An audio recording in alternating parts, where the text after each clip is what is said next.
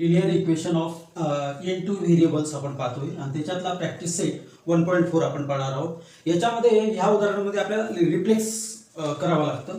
For example म्हणून पहिला example आपण घेतलेला आहे 2 divided by x minus 3 divided by y is equal to 15। या ठिकाणी put 1 upon x is equal to m and 1 upon y is equal to n।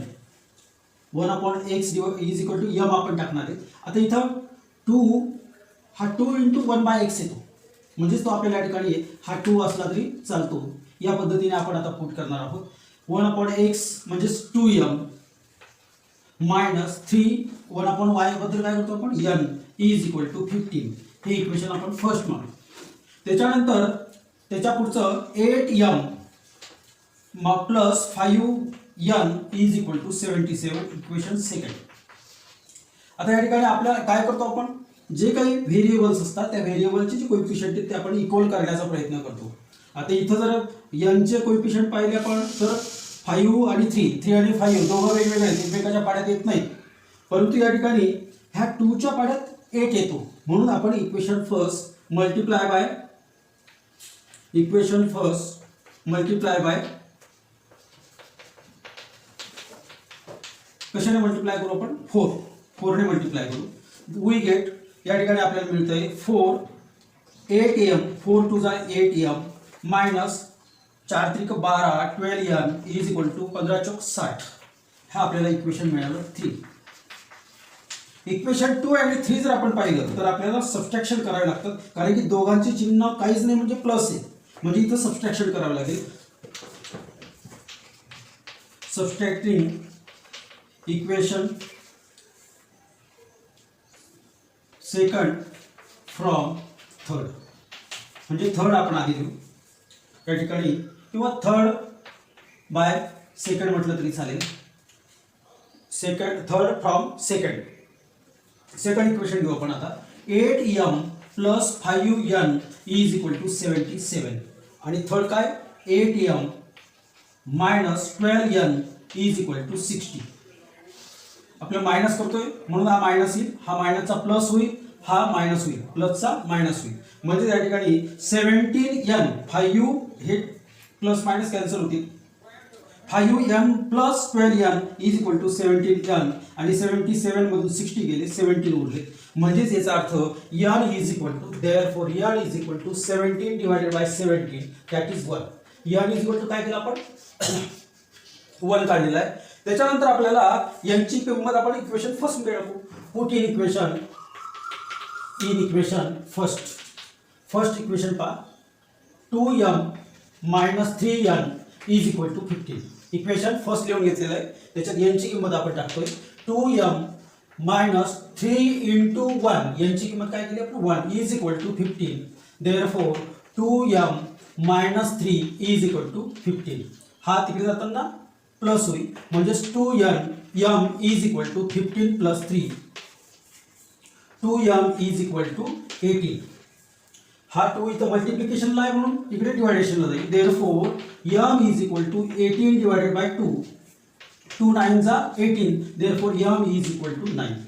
या पद्धतीने आपल्याला m आणि n च्या किमती काढायच्या, परंतु आपल्याला इक्वेशन x आणि y आपल्याला सोल्युशन काढायचं आहे x आणि y चं, त्याच्यामुळे या ठिकाणी m आणि n च्या किमती आपण जिथं मानलेलं आहे बट त्याच्यात किमती टाकायच्या 1 upon x is equal to काय n आणि n ची m आणि m ची किंमत काय काढली आपण 9, म्हणजेच 1 upon x is equal to 9। हा 9 इकडे येईल, हा x तिकडे जाईल, therefore x is equal to 1 upon 9। त्याच्यानंतर आपण इथं लिहू 1 upon y is equal to n ची किंमत काय काढली आपण 1, therefore y is equal to 1 upon y is equal to 1, म्हणजेच y इज इक्वल टू 1। या पद्धतीने देयरफॉर सोल्युशन या ठिकाणी मी याचा इकडे लिहितो, solution is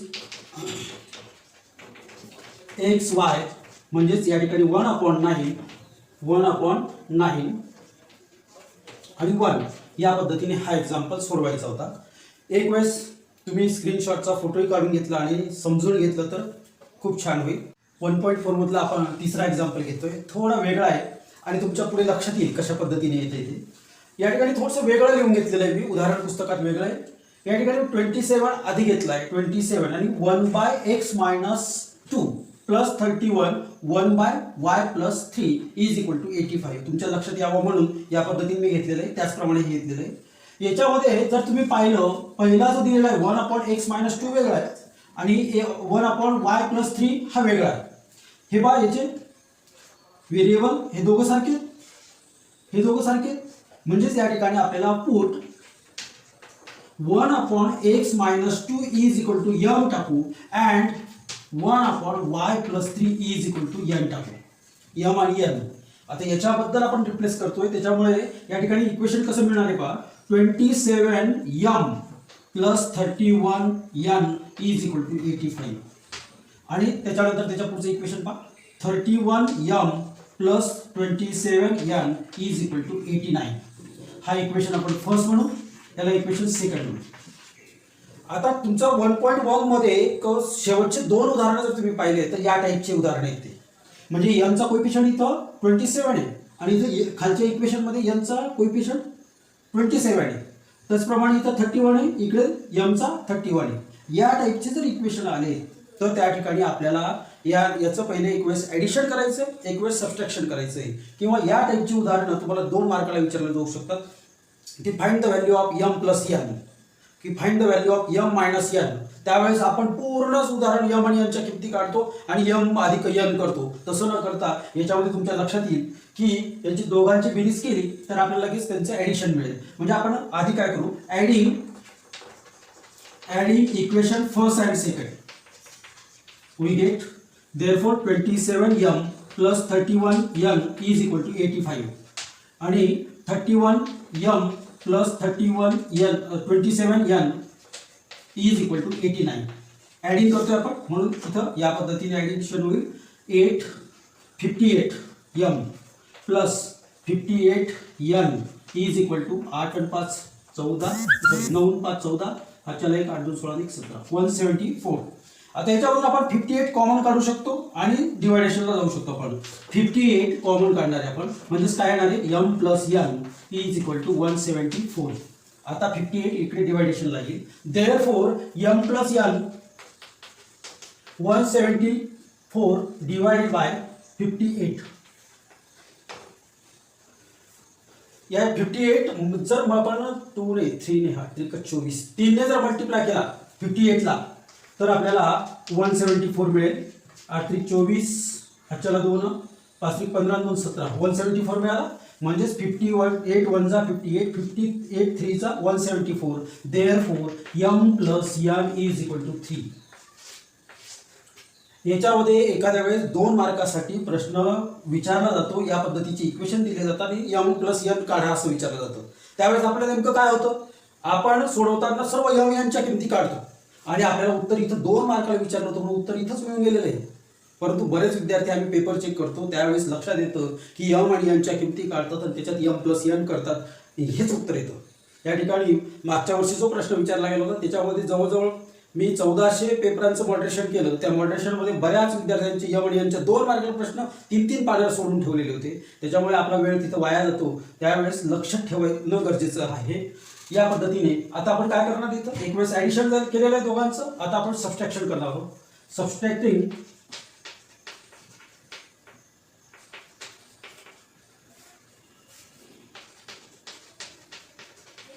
subtract equation first from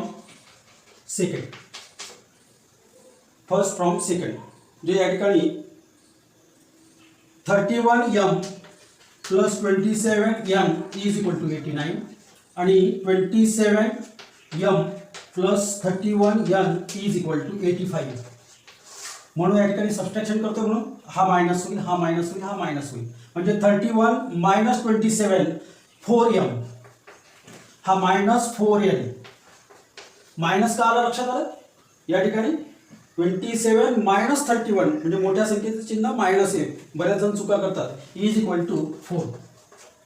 याच्यातून आपण 4 कॉमन काढू म्हणजे m minus n is equal to 4.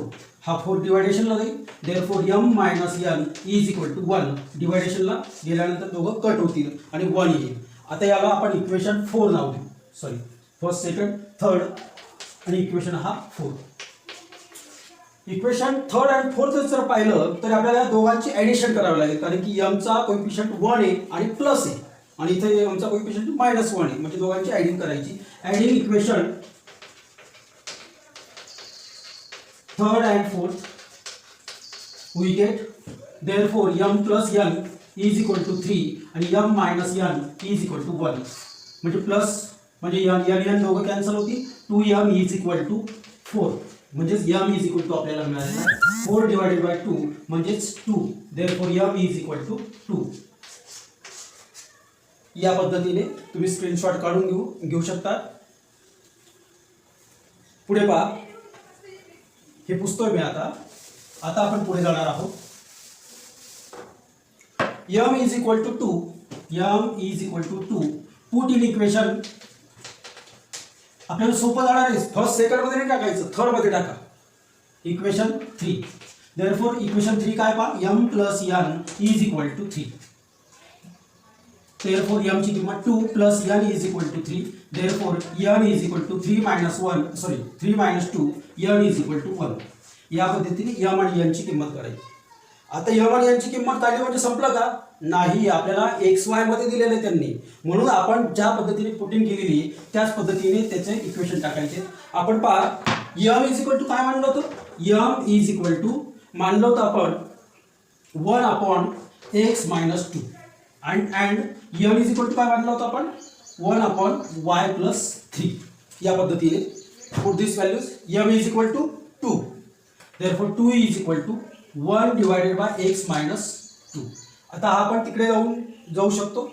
पहा, 2x minus 2 is equal to 1. आपण हा ब्रॅकेटचा ब्रॅकेट याला आपण काय केलं, इकडे घेऊन आलो. 2 कडे 2 ने मल्टिप्लाय करू किंवा 2 डिवायडेशनला गेला तरी चालतो. 2x minus 4 is equal to 1.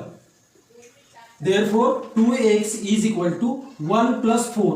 therefore 2x is equal to 5. therefore x is equal to हा 2 इकडे डिवायडेशन लागेल म्हणजे 5/2. x ची व्हॅल्यू काढली आपण 5/2. सिमिलरली सॉल्व दिस प्रॉब्लेम. हा n इज इक्वल टू काय म्हटलं आपण? n इज इक्वल टू 1 काढलेला आहे, म्हणजे 1 इज इक्वल टू 1/y + 3. हा इकडे मल्टिप्लाय लागेल. Therefore y + 3. आता इथं मल्टिप्लायला 1 असेल म्हणजे काय, तेच येणार आहे. इज इक्वल टू इथं हा 1. therefore y + 3 is equal to 1. हा 3 आता तिकडे मायनस होईल. therefore y is equal to 1 minus 3. therefore y is equal to -2. मोठ्या संख्येतून लहान संख्या वजा करायची, मोठ्या संख्येचं चिन्ह द्यायचं, म्हणजे आपल्याला सोल्युशन काय मिळालेलं आहे. therefore solution is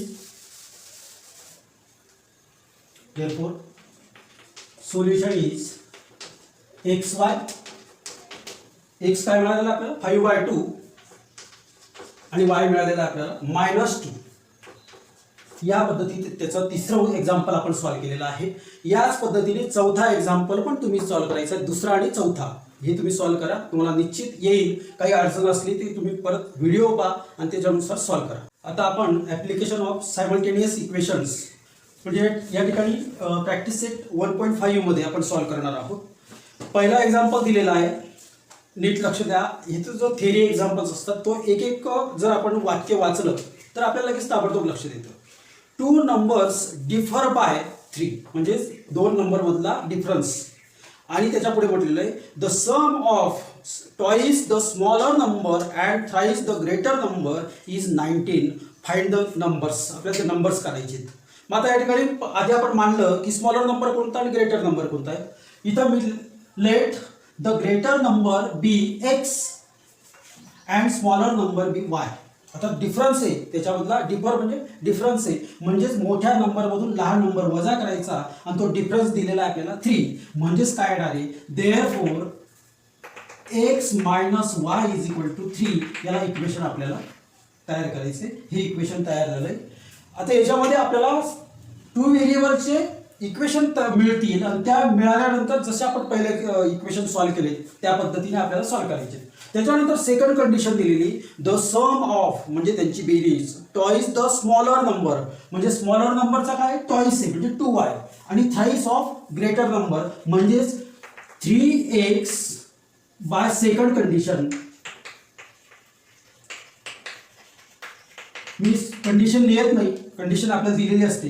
therefore thrice of smaller number म्हणजे थ्राईस ऑफ ग्रेटर नंबर, म्हणजे ग्रेटर नंबर आपल्याला दिलेला आहे x आणि स्मॉलर नंबर टॉईस आहे 2y इज इक्वल टू आपल्याला दिलेला आहे त्यांच्यातलं सम 19, म्हणजे इक्वेशन सेकंड मिळालं. या पद्धतीने आपल्याला इक्वेशन मिळालेले आहे. आता इथं आपण जर पाहिलं इथं 2 ने इक्वेशन फर्स्टला जर 2 ने मल्टिप्लाय केला तर एक्स वाय चे जे आहेत कोएफिशियंट सेम मिळतील आणि वेगवेगळे मिळतील, म्हणजे त्यांची ऍडिशन करता येईल. हे साइन जे ते एक प्लस येईल एक मायनस येईल. आपण काय म्हणणार, एक मल्टिप्लाय इक्वेशन फर्स्ट बाय 2 ने काय करायचं, इक्वेशन फर्स्टला 2 ने मल्टिप्लाय करायचं आहे. म्हणजेच काय मिळणार आहे पहा, 2x minus 2y is equal to 6. Equation आपल्याला याला नाव देऊन टाकू 3. इक्वेशन 2 आणि 3 बघा, हा प्लस 2y मिळालेला आहे, इथं मायनस 2y, म्हणजेच आपल्याला ऍडिशन करावी लागेल इक्वेशन सेकंड अँड थर्डची. Adding equation second and third we get therefore 3x plus 2y is equal to 19 and 2x minus 2y is equal to 6. Adding करतोय आपण, म्हणजे इथं साइन चेंज होणार नाही. Plus 2y minus 2y cancel होती. 3x plus 2x 5x is equal to यांची दोघांची addition 25. आता 5 इकडे मल्टिप्लिकेशन आहे म्हणून इथं डिवायडेशनला जाईल. Therefore x is equal to 25 divided by 5. हा 5 तिकडे गेला, 5 5 25. Therefore x is equal to 5. Put in equation first.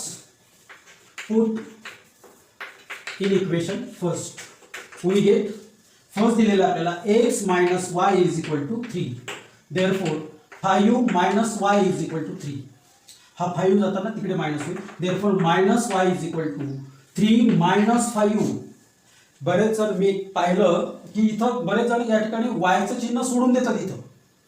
तर y मायनस वाय म्हणून हा मायनस वाय घ्यायचा आहे आणि हा 5 तिकडे जाताना मायनस झालेला आहे, म्हणजे minus y is equal to -2. दोघं बाजूला मायनस मायनस म्हणून प्लस होतील.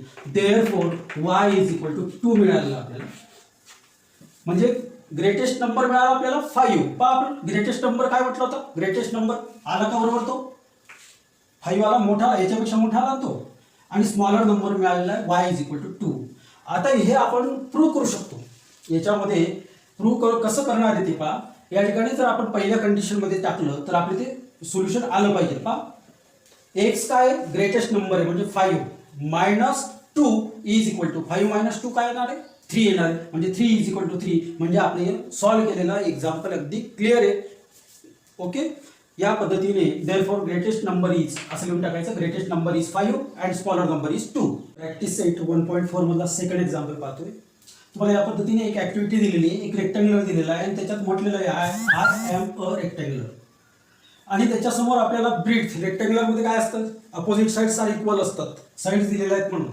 या ठिकाणी आपण हा ब्रीथ आहे हा ब्रीथ आहे, म्हणजे दोघं काय असणार आहेत, सारखे असणार आहेत, इक्वल असणार आहेत, आणि हे सुद्धा काय असणार आहेत, इक्वल असणार आहेत. याच्यावरून आपल्याला इक्वेशन तयार करायची, आणि इक्वेशन तयार केल्यानंतर एक्स वायच्या किमती काढून लेंथ आणि ब्रीथ काढायची, आणि नंतर मग पुढचं पेरिमीटर आणि एरिया काढायचा आहे. मग या ठिकाणी आपण पाहणार आहोत, प्रॉपर्टी लिहून घेऊ आधी. अपोजिट साइड ऑफ रेक्टँगल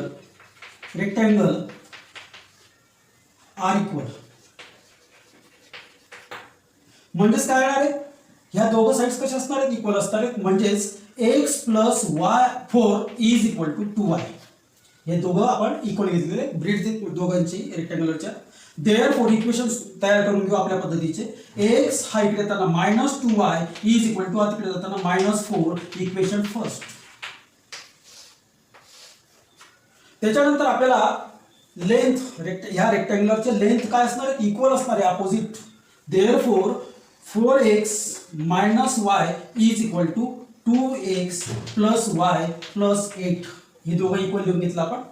पाहता एक्स एक्स जवळ आणू आपण, वाय वाय जवळ आणू आणि संख्या तिकडे जाऊ देऊ, म्हणजेच 4x minus 2y minus Y, हा 2x इकडे आला, त्याच्यानंतर मायनस झाला तो, हा मायनस वाय जसाच तसा लिहिला, हा मायनस वाय इकडे येईल, minus y is equal to हा 8, पा इकडे प्लस होते, इकडे येताना मायनस झालेले आहेत आणि हा प्लस 8 जसाच तसा राहू दिला म्हणून प्लस प्लस आला तो. देअरफॉर 4x मायनस 2x, 4 मधून 2 गेले, 2x उरले 2x आणि हा minus y minus 2y is equal to 8.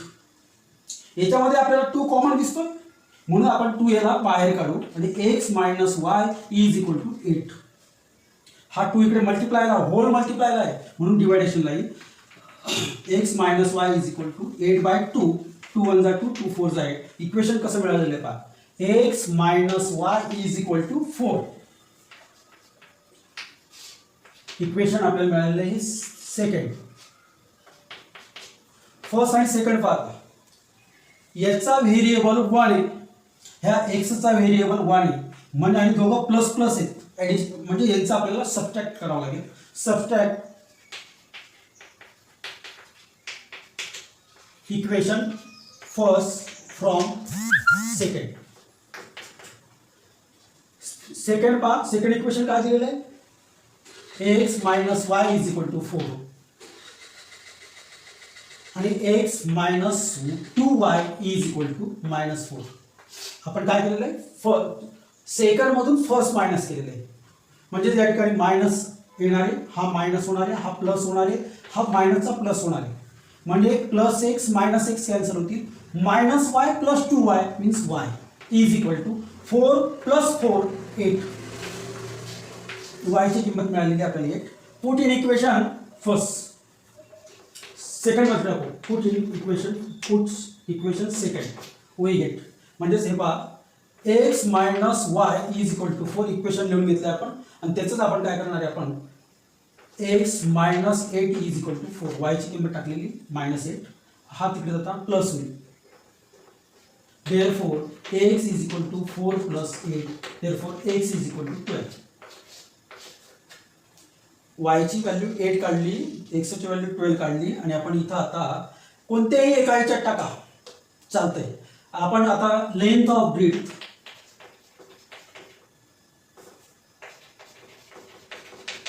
Of rectangle is equal to कोणती एक घ्या, समजा आपण 2y घेऊ, 2 इंटू वाय, वाय ची व्हॅल्यू 8, 8 टू जा 16 unit. Length of rectangle is equal to, rectangle आपण 4x मायनस वाय घेऊ, म्हणजेच या ठिकाणी 4 इंटू 12, x ची व्हॅल्यू 12 मायनस y ची value 8, 12 × 48. therefore L is equal to 48 minus 8, therefore L is equal to 40 unit. आपण आता इथं ब्रीथ काढलेली 16 युनिट अँड लेंथ काढलेली 40 युनिट आणि आपल्याला त्याच्या पुढे प्रश्न विचारलेला आहे, perimeter of a rectangular. Formula माहित पाहिजे,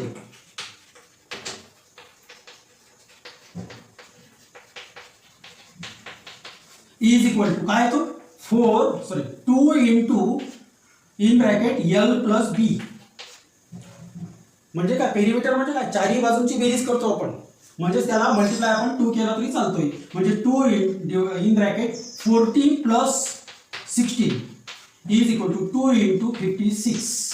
Therefore 112 साधारण 12 अक्षरा एक 3 युनिट. पेरिमीटरला सुद्धा युनिट काय येतोय, युनिटच म्हणतो आपण. सेंटीमीटर जर असेल, सेंटीमीटर मध्ये असेल तर पेरिमीटर सुद्धा सेंटीमीटर मध्ये येते. आता इथे युनिट आहे म्हणून आपण युनिट घेतलेलं आहे. त्याचप्रमाणे सेकंड त्याच्यात विचारलेलं आहे, याला आपण फर्स्ट म्हणू. सेकंड याच्यामध्ये पहा, एरिया ऑफ रेक्टेंगुलर